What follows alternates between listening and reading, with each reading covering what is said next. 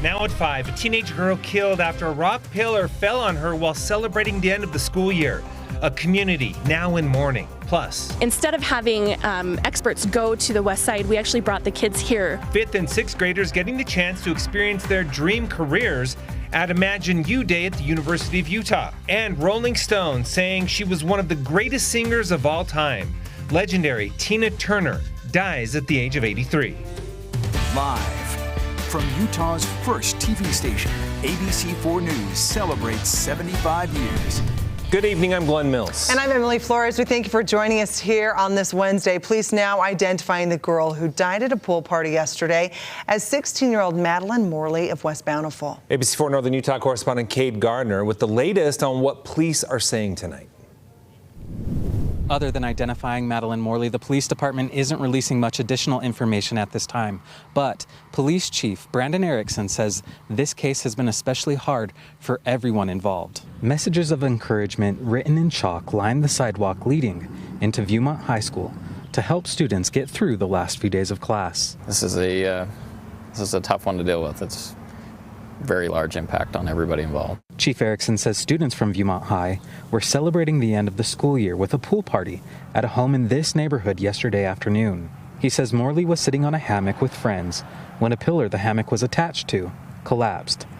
He says the 16-year-old died in the hospital as a result. Friends were witnesses to everything that happened. They acted as first responders before we got there. And you can imagine how that would be for kids of that age, having to process something like that. He says no one else was seriously injured. Upon hearing about the accident, Viewmont High released a statement that says, "Our hearts are heavy following the sudden death of one of our students." It continues, "We are deeply saddened for family, friends, classmates, and staff members who are affected by this untimely loss." The school offered counseling for students in need this morning, something the police department is doing for its officers as well. This has taken a really big toll out of everybody that's involved. Our officers, the fire department, dispatchers.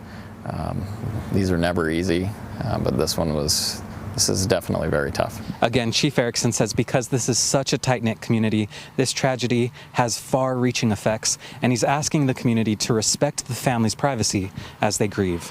Reporting from West Bountiful, Cade Garner, ABC4 News. So sorry for her family. Thanks so much, Kate. In an update tonight, police have now found the person whose stray bullet hit a 2-year-old boy playing outside a daycare in Spanish Fork. They say the suspected shooter is a man who was shooting birds with a .22 caliber air rifle. Police say he is cooperating with investigators, but they won't name him unless formal charges are filed. Police also say the boy hit by the bullet is being treated at Primary Children's Hospital. They say he is in stable condition and is improving. Okay, we're now taking a look outside the station earlier this afternoon. Big storm clouds rolling in with thunderstorms in the forecast again this evening. Now we check in with Chief Meteorologist Lana Brophy, and that's what we've seen the last couple of days, those dark clouds rolling through. Definitely so, and stronger storms out there today. We've watched as these slow movers are producing heavy rain, gusty winds, and lightning. Take a look at this video. This is what it's like to be caught in one. If you're seeing drier conditions in your backyard, heavy rain coming down in Tooele County. Ethan Wagstaff catching that. And we know storms are out there right now. An abundance of lightning with some of these storms. So we have to be extremely careful. Let's get to tracking them so you know what to expect. We're watching the state line because this cell south of Wendover is going to track northeast. It's going to move over I-80, and that's going to bring some travel concerns. As we move towards the Wasatch Front, we know that Layton just got walloped with some wet weather. The Ogden Valley all the way up I-15 to Brigham City dealing with rain, and the backside of the Wasatch seeing plenty of lightning over Bear Lake all the way down towards Morgan, Causey Reservoir, and now into Summit County, where we definitely know that lightning has just popped up here in the last 15 minutes. So that cell over I-80, that's going to produce some impacts as well. As we jump further south and zoom out, you're able to see that most of this activity is really focused on the northern half of the state. Over in eastern Utah, over towards Duchesne, we've also seen some lightning. Today is a bit of a change because we initially knew that marginal risk of storms was going to target the northwest corner of the state, but now it includes the Wasatch Front and all the way down through the West Desert as well as Cache Valley. So a large swath definitely impacted by the risk of marginal storms, which come with some gusty winds. Taking a look at what that means, Hail potential. We've seen it out there. $half size hail with some of these storms. How long they stick around? Coming up in my full forecast. Glenn, Emily, over to you. I want to thank you. As the temperatures have warmed up and the snow is melting off, more and more people are getting out to enjoy our beautiful forest areas in northern Utah. Yeah, the Uinta Wasatch Cache National Forest says that they are already seeing a lot of graffiti in their lower elevation forest areas. ABC4's Nate Larson joining us live with more on that, Nate. Yeah, Glenn and Emily, so certainly something I noticed out in the southern part of the, at least the Wasatch Cache National Forest area yesterday, and coming up into the Cottonwood areas, which is also part of the National Forest area, seeing more of it today on the sign even behind me. So unfortunately, these issues are becoming fairly common.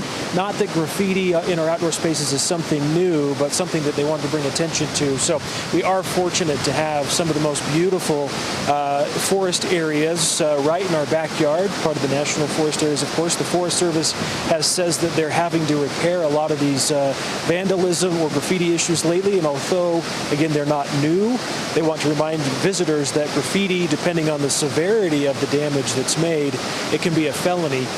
Normal graffiti charges would fall into a range of Class B misdemeanors, but can be as severe as a second-degree felony, depending on how much the dollar amount is to the damages that are made. The Unified Police Department says that they're having a conversation, or that just by having a conversation with our children about respecting property may help reduce this problem. We have these beautiful canyons that people come from all over to see, and we go up and enjoy them all the time, and it's just heartbreaking almost to see the destruction that's done. You know, you don't go up there to see people's writing their monikers and what have you all over the place. Unified Police also tells me that if they don't catch whoever did the vandalism, it's usually up to their officers or the Forest Service to come up and repair the vandalism or the graffiti. Perpetrators can offer to repair the damages if they come forward to reduce their penalty charges as well. Live in Big Cottonwood Canyon, I'm Nate Larson. Back to you.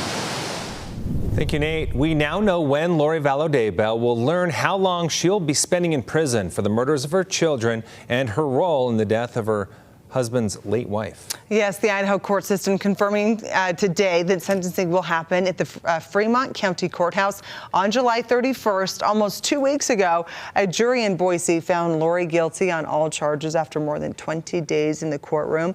Since then, she's been spending her days awaiting sentencing in the Madison County Jail. Now, she faces the possibility of life in prison without the opportunity for parole. University of Utah Health and University Neighborhood partnering and coming together to offer local 5th and 6th graders a new catered career experience. The program, Imagine U Day, bringing students to campus to illustrate that a secondary education is obtainable when students follow their passions. One of the organizers explaining what types of activities the kids got to participate in today. I was with the athletics group, so we got to meet and play sports with student athletes and understand healthy lifestyles and active lifestyles. We had kiddos that were interested in engineering and arts and entertainment, so video gaming, and Utah Museum of Fine Arts participated, College of Law. So it really was across the spectrum, and it's a true showing of one university coming together to make this happen for these kids. Kids going to activities based on what they want to do when they grow up. That event aiming to build lasting partnerships with principals, parents, and students at the community schools near the newly proposed U of U Health Medical Care campus in West Valley City. And the Salt Lake City International Airport offering tips for Memorial Day travel. Memorial Day weekend is the traditional kickoff to summer travel, of course, and passengers should plan ahead when traveling through Salt Lake City International.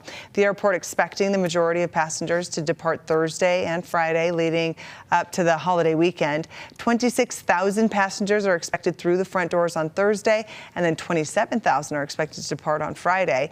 The airport saying to pack smart, allow plenty of time to find parking, check luggage, and go through security. Also saying to arrive 2 hours before a domestic flight and 3 hours before an international flight. Music legend Tina Turner, whose soul classics and pop hits like The Best and What's Love Got to Do With It, has died at the age of 83. The 12-time Grammy winner, dubbed the Queen of Rock and Roll.